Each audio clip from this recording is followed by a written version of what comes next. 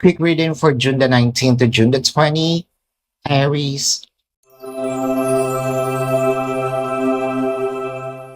Your cards are the Seven of Charisma, the Two of Charisma, and the Judgment. Medyo fluctuating yung energy dito ni person. Parang, oo, makikipag-usap ako, oo, parang tatahimik muna ako. So may mga times siguro na giving si person, no? Talagang madaldal siya. May mga time na hindi mo naman siya makausap. I feel like the communication here is not that fluid.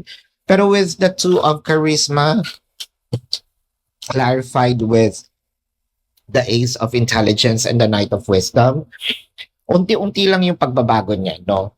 Siguro nag-expect tayo na maging open si person right away, pero hindi yun mangyayari.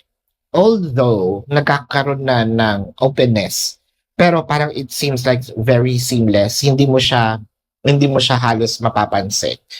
Magugulat ka na lang siguro isang araw.